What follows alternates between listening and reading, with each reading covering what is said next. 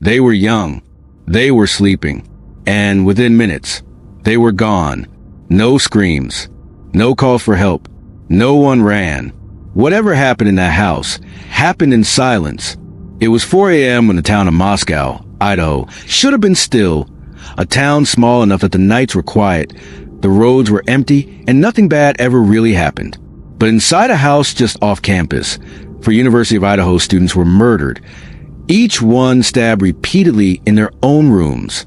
No one saw it happen. No one heard it. And for hours afterward, no one even realized they were gone. Their phones lay beside them. Their DoorDash orders sat untouched. One of them had just posted to Instagram. And yet, by the time the sun rose, they were all dead. This wasn't a burglary. There were no signs of forced entry. No doors broken. No windows shattered. Nothing taken. But something was left behind. Something only the killer would have known he dropped. In the beginning, police had nothing. No suspects. No weapon. Only a small clue. A white car, caught driving past the house again and again in the early morning hours. It circled, stopped, and vanished. And then came the strangest part of all. One of the roommates survived. She told investigators she saw a masked man walking calmly out of the house. She didn't scream. She didn't run. She locked her door. And no one knows why. By the time the crime scene was discovered, it was already contaminated. Dozens of people had entered the house. And the killer, if he'd ever truly left, was long gone. Days passed, then weeks. The public grew restless. Online theories exploded. Everyone was a suspect. Everyone had a motive. Until police said they had something. A sheath from a knife, found beside one of the bodies. And on it, a trace of DNA. Just enough to start building a case. That DNA led them across the country to a man most had never heard of, Bryan Kohberger, 28 years old, criminology PhD student, a man who had studied killers, not just out of interest, but as an academic obsession. He lived nearby, drove the same car, and quietly deleted his social media just days after murders. He was arrested at his parents' home in Pennsylvania, but even now, months later, he says he's innocent. No confessions. No motive. No direct link to the victims. So who is Bryan Kohberger? A cold, calculating mind who planned this down to the second? A man who hid in plain sight, taking notes while the nation searched for him? Or is there more to the story? Something no one's been willing to say out loud? Because while the prosecution is confident, not everything adds up, and not everyone believes they got the right man. What happened that night in Moscow wasn't just a crime. It was a fracture, something that made an entire country stop and wonder. How does a killer walk past 5 people and leave 4 of them dead? This is the case that shook everything. The case that still leaves more questions than answers. And the case that might never truly be understood. You're watching Dark Trail File. If you want the truth, subscribe and stay with us. Because the deeper we go into the Bryan Kohberger story, the harder it becomes to look away. It wasn't supposed to be a story the world knew. It wasn't supposed to make headlines. It was supposed to be just another Saturday night in a college town for students. One house, one ordinary weekend. No alarms, no warnings. But by morning, none of them would be alive. Let's start with who they were, not what happened to them. Because before their names were attached to a crime, they were people, loved, known, needed. Kaylee Goncalves, 21 years old, the kind of energy that fills a room before she even walks in. Smart, sarcastic, loyal. She was graduating early with a degree in general studies, and she had just bought a new Range Rover, a sign of the next chapter she was about to start. She wasn't supposed to be at the house that night. She had already moved out, but she came back to see her best friend, because some bonds don't care about schedules or leases. Kaylee and Madison Mogan have been inseparable since the 6th grade. They grew up together, went to prom together, enrolled in college together. They shared a life, and that night they would share their last. Madison, also 21, studying marketing, bright, funny, unapologetically herself. Friends describe her as the one you call when you were falling apart, and the one who could make you laugh when no one else could. She had just started seeing someone new. She had plans for the holidays. There were tickets still sitting in her inbox.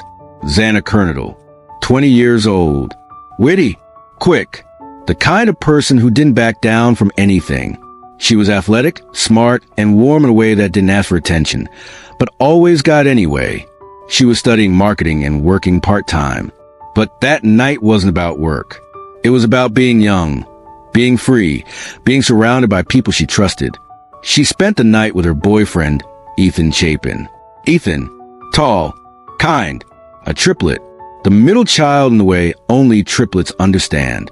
He was studying recreation, sport, and tourism management, played basketball, loved to make people laugh. Ethan wasn't supposed to be there long, just spending the night with Xana. He was the only one who didn't live at the house. None of them knew they had only hours left. The night unfolded like hundreds before it. A party here, a visit to the bar, laughter echoing through the car on the way home, TikToks on the couch, DoorDash at the door. They got back around 1:45 a.m. Kaylee and Madison upstairs, Xana and Ethan on the second floor. And at 4 a.m., according to prosecutors, someone else walked in. We know now that there were 2 other roommates in the house that night. They survived. One of them would later tell investigators she heard crying and saw a masked man in black walk past her door. She locked it and didn't come out for hours. By the time police arrived, it was already too late. For students, each found in their beds or just beside them, each stabbed multiple times. There were no defensive wounds on some of them. They may have never even opened their eyes. This wasn't a struggle. This was swift, methodical, and heartbreakingly final. Later, Kaylee's sister would speak to the press. She was sunshine in human form. She had this way of making you feel like the most important person in the room. Madison's father described her as having a quiet strength. Xana's dad said she had texted him that night just to check in. She didn't know it'd be the last time. Neither did I. Ethan's mother couldn't bring herself to speak, but his siblings said the silence in their house after he died was louder than anything they'd ever known. This wasn't just a murder. This was a fracture, a night that would divide time, for a town, for 4 families, and for everyone who ever loved them. Before this, they were just kids in college. After this, they became a case file. But for those who knew them, they never stopped being more. And for those of us hearing this story, it's impossible to forget. November 13th, 2022. By 4 a.m., the neighborhood was quiet. The bars were closed. The parties were over. And inside the house at 1122 King Road, the lights were out. 6 people were inside that house. Only 2 would survive. Upstairs, Kaylee Goncalves and Madison Mogan had just gone to sleep. They returned home around 1:45 a.m. after stopping at a food truck downtown. There's footage of them smiling, laughing, chatting with friends. They looked tired but safe. They ordered food. They shared a bed that night. On the second floor, Xana Kernodle and Ethan Chapin were also winding down. They'd been at a nearby party. Returned home just before Kaylee and Madison. Xana was awake. DoorDash delivered food around 4 a.m., and phone records show she may have been scrolling on TikTok. One roommate, Dylan Mortensen, was sleeping on the first floor. Another, Bethany Funk, was also downstairs. They had no idea what was coming. Sometime between 4 o'clock and 4:25 a.m., someone entered the house, not through the front door, not by force. Police say the sliding glass door on the second floor may have been left unlocked. The killer moved quickly, room to room, floor to floor, and according to investigators, he was in and out in less than 20 minutes. The attacks were targeted, swift, brutal, personal. Each of the victims was stabbed multiple times. Some had defensive wounds. Some had none at all. Kaylee and Madison were found together in the same bed. They had likely been asleep when it started. Xana and Ethan were killed on the second floor. Ethan may have fought back. Xana, too, her autopsy showed bruising. But whatever struggle occurred, It wasn't loud enough to wake the entire house. And then came the moment that has haunted investigators ever since. One of the surviving roommates, Dylan, told police that she woke up around 4 a.m. She heard crying. She heard someone say, "It's okay, I'm going to help you." She opened her door 3 times. The last time she saw him, a man in black, wearing a mask, tall, athletic build, walking silently past her toward the back exit. She didn't scream. She didn't run. She locked her door and didn't come out again until later that morning. To this day, no one knows why. By noon, unanswered texts started to pile up. Friends began arriving at the house. The front door was unlocked. There was no sign at first glance that anything was wrong. Then someone went upstairs, and everything changed.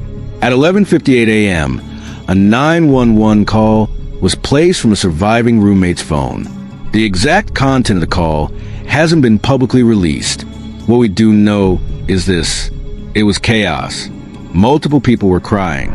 The call was made from inside the house, and the person on the line reported someone unconscious on the second floor. When police arrived, what they found was far worse. For victims, 4 bedrooms, blood on the walls, no murder weapon in sight. Nothing had been taken.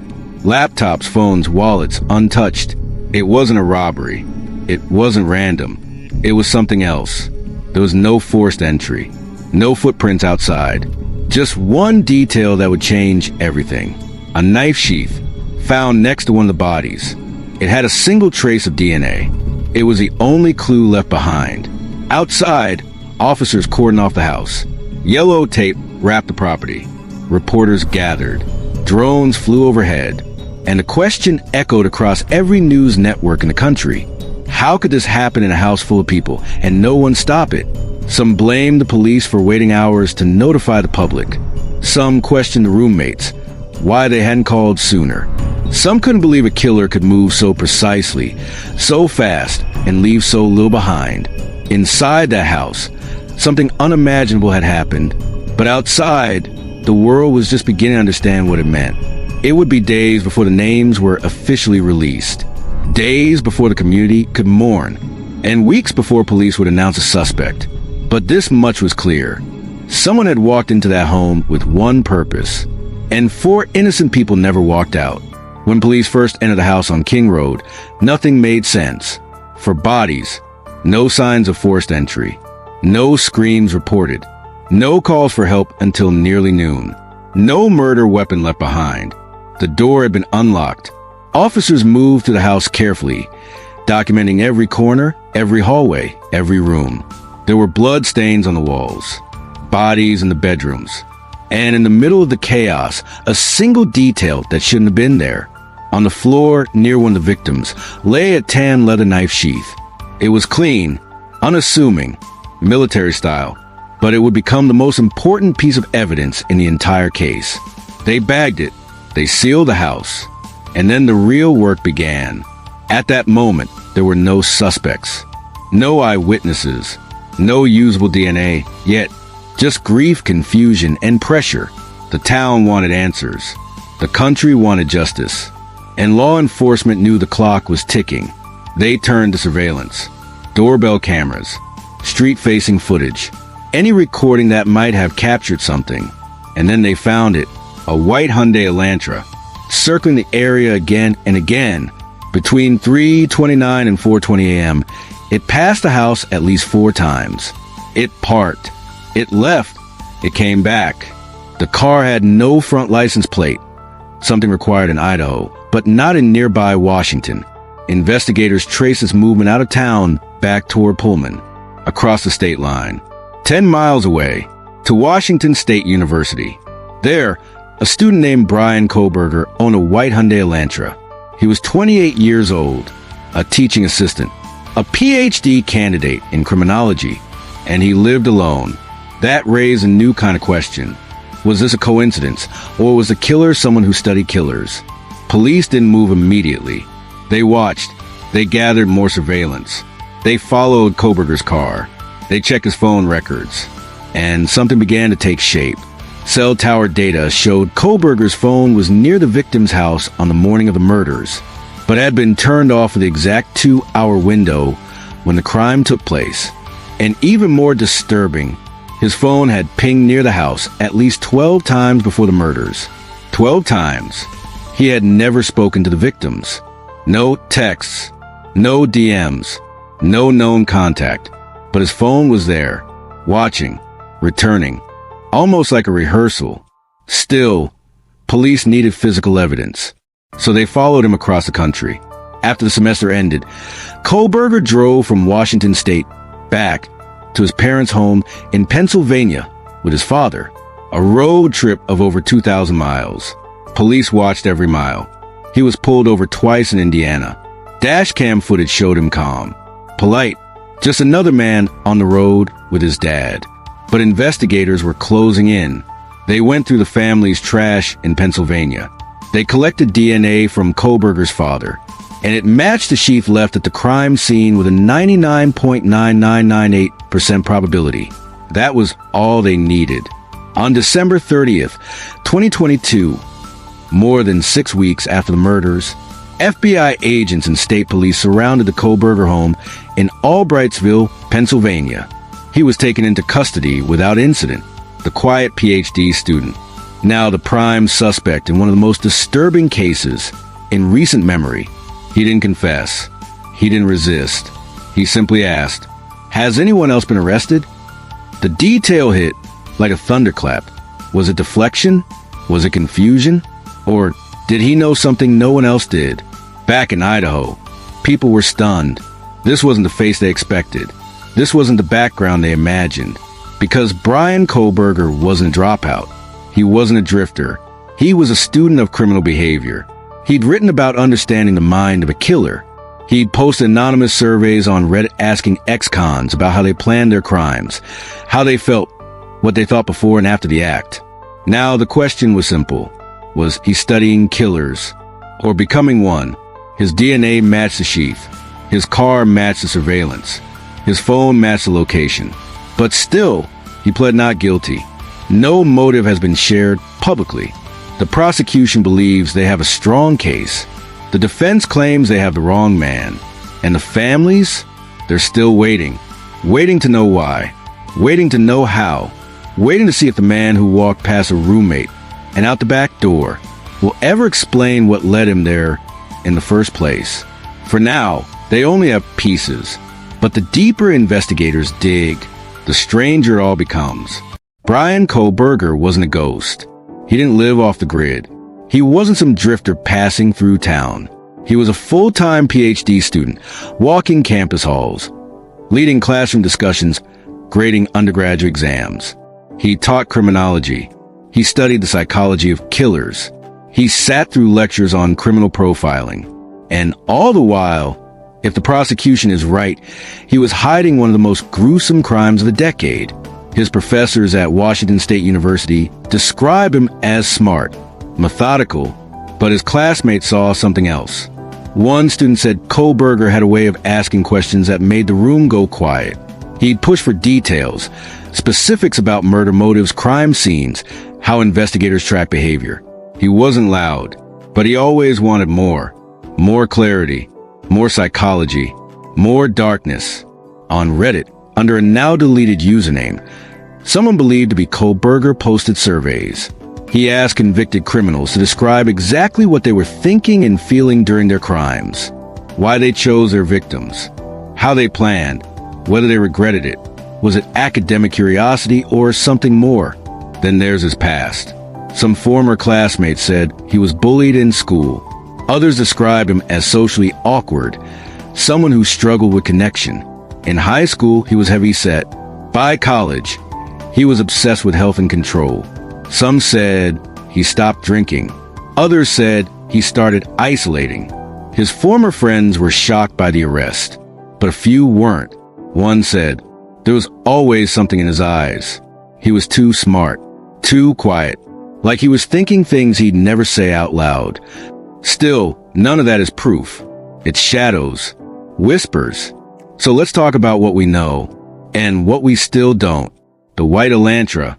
It was seen circling the area, but no one saw who was inside. The knife sheath, it had DNA on the button snap, but only that one trace. The phone pings. They show a pattern. 12 visits to the area before the crime, but never any direct contact with the victims. So the question becomes, was it personal? Did he know one of them? Was there a motive we haven't uncovered? Kaylee Goncalves' father said his daughter had a feeling she was being stalked. She reportedly told friends about someone watching her. They never identified who. Could it have been Kohberger? No texts, no DMs, no photos of them together. But his phone was there, again and again, like he was circling, waiting. Other theories have emerged. Some online sleuths believe the attack wasn't random, but deeply personal. They suggest that Kohberger had fixated on one of the girls. Others think he chose the house because of its visibility, big windows, public parties, loud traffic, a known social hotspot. Some even point to the layout of the home. 3 levels, multiple exits, easy to enter, easy to leave. A killer could have walked in and out without ever being seen. And then there's the question no one wants to ask. What if it wasn't him? Defense attorneys say the case is circumstantial. They argue the DNA match is too thin. That touch DNA can be transferred. That Kohberger's car model isn't rare. There are over 22,000 white Elantras registered in the U.S. They say he had no motive, no connection, no confession. And the knife? It was never found. It leaves people wondering, was this a brilliant criminal who left no trace? Or is the case built on confirmation bias, making the puzzle fit because we wanted to? Is he guilty or just strange? Smart or dangerous? An academic fascinated by violence? Or someone who crossed the line between theory and reality? The truth is, we don't know yet. A trial is coming, and what comes out in that courtroom may shock everyone. But what we do know is this. Something horrible happened inside that house. And no matter what side of the debate you fall on, someone is responsible. And someone right now is still holding on to the real reason why. December 30th, 2022. Before sunrise, an elite tactical team gathered quietly on a wooded street in Albrightsville, Pennsylvania. They moved in silently. No sirens, no warnings, no time to think. They had waited weeks for this.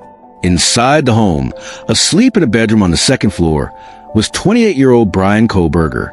His parents were there. His sisters were home. He had driven 2,500 miles from Washington State, crossing state lines, blending in with the holiday rush. He thought he was safe, but investigators had followed him every step of the way. Just before 1:30 a.m., the order was given. Officers moved in. They breached the front door, guns drawn, flashlights cutting through the dark. They found Kohberger in black clothing. He didn't run. He didn't fight. He surrendered without a word. According to court documents, they found a black face mask, latex gloves, and a stash of trash he had separated from the household garbage. He wasn't throwing away anything that could hold DNA, but they found it anyway. His father's DNA had already linked the family to the crime scene, but now they had him. Inside his bedroom, investigators found something else. A computer, a phone, search history. Sources allege that some of the content included disturbing queries. Questions like, how to get away with murder? How long does DNA last? Best way to dispose of evidence. The defense has disputed these leaks, but prosecutors have hinted that what was found on his devices would soon be revealed in full, and it would be devastating. The families were notified of the arrest that same day. Some were relieved, some were stunned, others still were broken, because for them, this wasn't over. This wasn't justice. Not yet. Kaylee's family held a press conference. Her father's voice cracked as he spoke. They said justice was coming. But will it ever be enough? We buried our daughter. He paused, and then he added, she didn't deserve this. None of them did. Madison's mother couldn't speak. Her statement was read aloud by a friend. We thought we knew what evil looked like, but it's quieter than we thought. It walks into your world and doesn't even flinch. Ethan's siblings posted a photo of him smiling. No caption, No statement, just his face, the way they wanted the world to remember him. And Xana's family chose silence. They retreated from the cameras, because sometimes there are no words. That night, candles lit the sidewalks of Moscow, Idaho again. Hundreds gathered. The same town that had been shattered was still holding on. But questions still burned in every conversation. Why? How did he choose them? What was the motive? Kohberger waived his extradition. He was flown back to Idaho, a black jacket pulled over his head, flanked by armed guards. No expression, no apology. The court filings came quickly. He was charged with 4 counts of first-degree murder and 1 count of felony burglary. Bail was denied. He was assigned a public defender. A trial date was set, and then silence again. The gag order silenced attorneys, law enforcement, even the families. Every leak, every whisper, every rumor became harder to confirm, but people watched anyway. Because something about the man accused, the details, the precision, the coldness, it didn't feel random. It felt rehearsed. He knew not to leave the knife. He left the sheath. He turned off his phone during the murders, but not before or after. He didn't flee the country. He didn't change his name. He just drove home for Christmas, like it never happened. And yet, inside the house on King Road, 4 young lives were taken in the span of 15 minutes. A timeline so brutal, so deliberate, that it raised one final question. Was this his first time? Or had he done something like this before? So far, no other crimes have been linked to Kohberger. But law enforcement isn't ruling anything out. What they do know is this: the trial is coming. The evidence is building. And the families are still waiting for truth, for closure, for something that might finally feel like justice. The arrest was only the beginning. What came next was a long, uncertain wait. Bryan Kohberger pleaded not guilty. In a courtroom packed with reporters, families, and strangers desperate for answers, he stood motionless, expressionless, hands folded, eyes forward. He said nothing more than he had to. No apology, no outburst, just 2 words that rewrote the entire timeline. Not guilty. The prosecution believes their case is airtight. DNA, phone data, car tracking, behavioral profiling. But the defense has pushed back hard. They've filed motions. They've questioned how the knife sheath was collected. They've argued that the FBI's investigative methods were flawed, that law enforcement may have zeroed in too quickly and left room for reasonable doubt. They claim the entire case is circumstantial, that the prosecution has a story, not proof. And while the debate continues in legal filings, behind closed doors, inside the courtroom, one thing is undeniable. The families show up to every hearing, every update, every delay. Kaylee's father sits in the front row, jaw clenched. He refuses to look away. He said he won't stop until every truth comes out, no matter how ugly.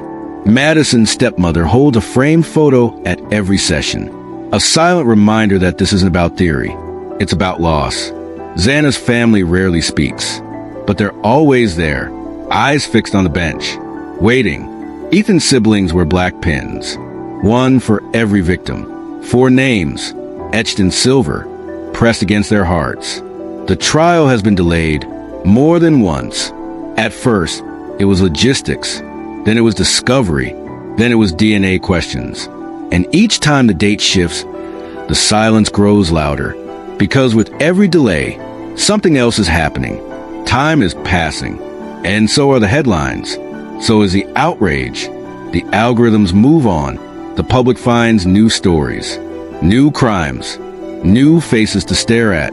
But for the families in the town of Moscow, Idaho, nothing has moved on. The hole in the community remains. And the house, the 3-story home where it all happened, it's gone, demolished. The university took it down just months after the arrest, hoping to help the students, the neighbors, the town heal. But not everyone agreed. Some felt the house held answers, evidence, memories that couldn't be boxed and stored. Now it's an empty lot, grass and soil, and silence. But if you stand there long enough, you can still feel it. The shape of the stairs, the echo of footsteps, the screams that were never heard. One reporter said it best: the house is gone, but the questions still echo. Because here's what's true right now. No confession, no verdict, no resolution. Kohberger maintains his innocence. The defense is building their case. The prosecution is preparing for war. And the world is waiting for answers we may never fully get. Was this obsession? Was it rage? Was it random? Or was it something colder, more calculated? Even if a jury returns a guilty verdict, will it be enough? Will there be closure? Or just a sentence and a silence? This isn't just a trial. It's the final chapter of 4 lives. And for everyone watching, it's a mirror. Because behind the story, behind the court, behind the faces and the hashtags, there are people trying to rebuild something that never should have been shattered.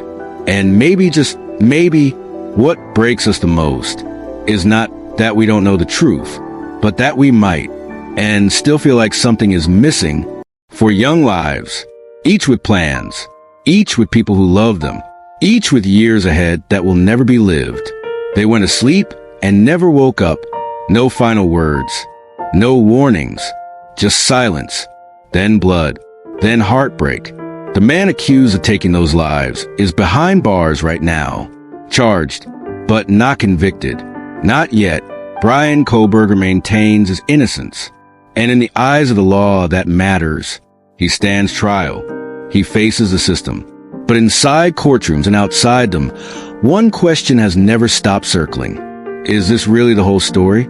Was this a perfectly calculated act, carried out by someone who studied crime to hide their own? Was it obsession? Was it impulse? Was it something darker that we can't put into words? Or was it not him? Because if it wasn't, if Bryan Kohberger is not the killer, then the person who did this is still free, still walking, still breathing, still waiting to be caught. And that idea that this might not be over should haunt all of us.